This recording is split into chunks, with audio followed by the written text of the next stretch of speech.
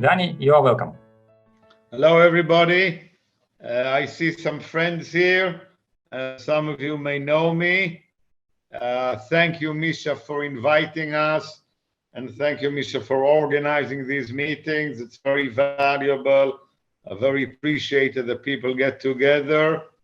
I'm here with my partner, Aviv Bershatsky, who will translate to Russian. I see my other partner, Dima Dubinin. Hello, Dima. Hi, Dani. Hi.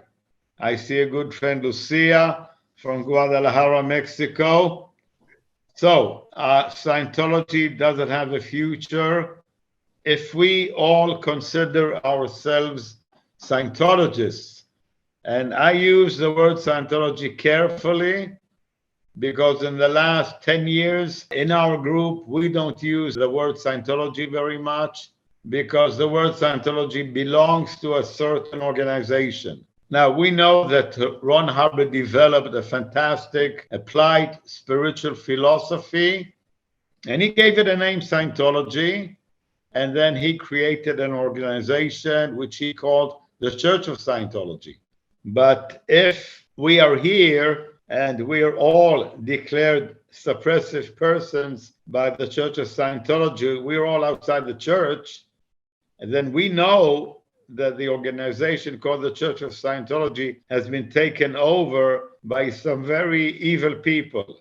And those people, those individuals who have taken over the Church of Scientology have been working very hard many years to destroy Scientology, to destroy the good name of Ron Hubbard, to destroy the reputation, and to create a situation that we're all aware of, that people have a very bad, most people have a very bad opinion of Ron Hubbard and of Scientology. When we realized this situation around the year 2010, even before, it was very clear that you cannot succeed and develop an activity of Scientology, which is Ron Hubbard's philosophy, using the name Scientology and being connected to this organization called the Church of Scientology. So after thinking, analyzing, being in communication with people all over the world, in the year 2012, we, Dror Center, we left the Church of Scientology. We published a letter announcing our departure. Of course, they declared us suppressive people. And since then, which is already almost 11 years, we have been operating independently. Initially, we had concerns. Can we make it on our own? Can we succeed? Can we develop and grow? Where do we get materials? Where do we get training? Will people come? But it was obvious to us that we cannot stay in the Church of Scientology. We have to go independent. We did it. And now, 11 years later, I can say that for me personally, it was maybe the best decision I ever made in this life.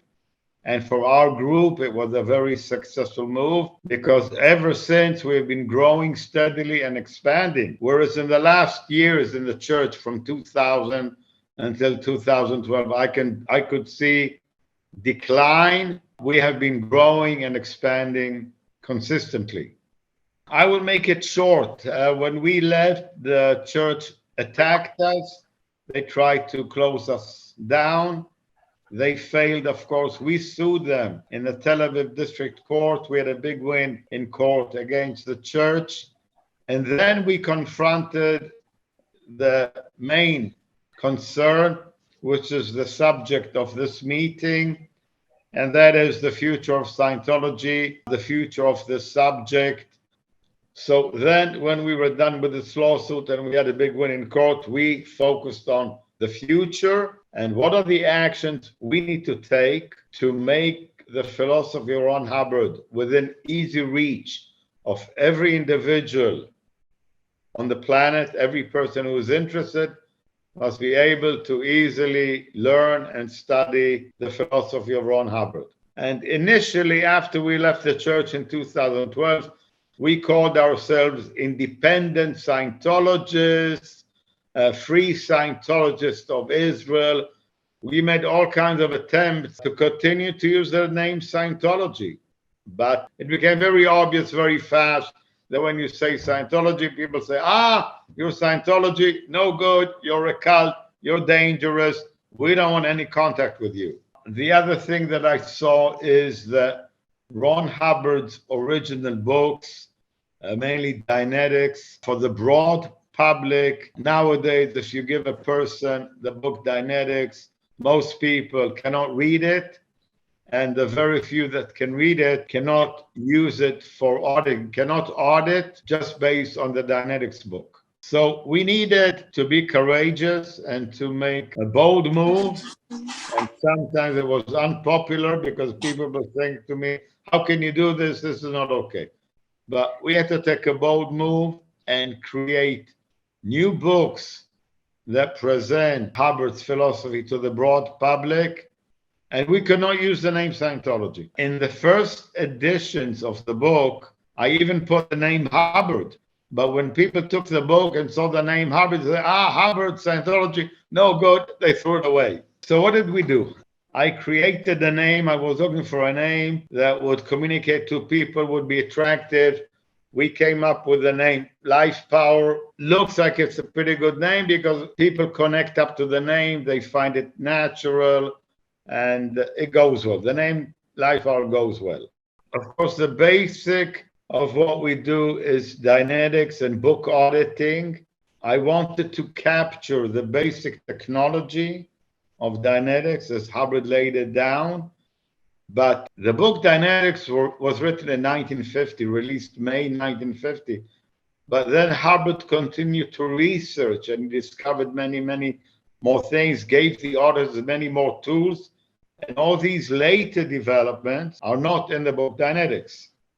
Soon after Dianetics, Hubbard released the book Self-Analysis because he realized that most people cannot access or locate engrams, and you need to handle the time track first, improve recall, raise the ability to handle locks, secondaries. And so he developed recall processes or self-analysis processes. And of course, many, many more subjects that Hubbard discovered, the tone scale, that's in self-analysis and science of survival, ARC triangle, KRC triangle, the PC having missed withholds. I mean, all the tools that came later. So I put this all together, of course, with close consultation with Aviv, with Dima, with Carmela, with my wife Tami. We're all professional auditors to see what would be the ideal way to organize the data. And I wrote it in a way that is very easy for people to understand what they're reading, to drill it, and to apply and work with it. So this was the first book, Life Power. We released it in 2017. My friend here, Kaspers, as soon as the book was out, he said, Dani, I want to do this in Riga, Latvia, because Kaspers was coming to Haifa for auditing. But he said, when I go back home, what do? I have all these people around me, they're aberrated, what do we do? And he took the book, Life Power, translated into Latvian, opened the center of Life Power Riga, which was our big first center outside of our activity in Israel. And then we realized, well, if you want to have a good auditor, the auditor must have good TRs. So we need a book to deliver the communication course, TRs 0 to 4, or in the book, it's 1 to 8. So we did the complete communication manual.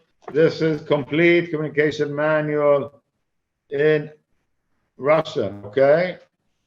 We have it in English, of course.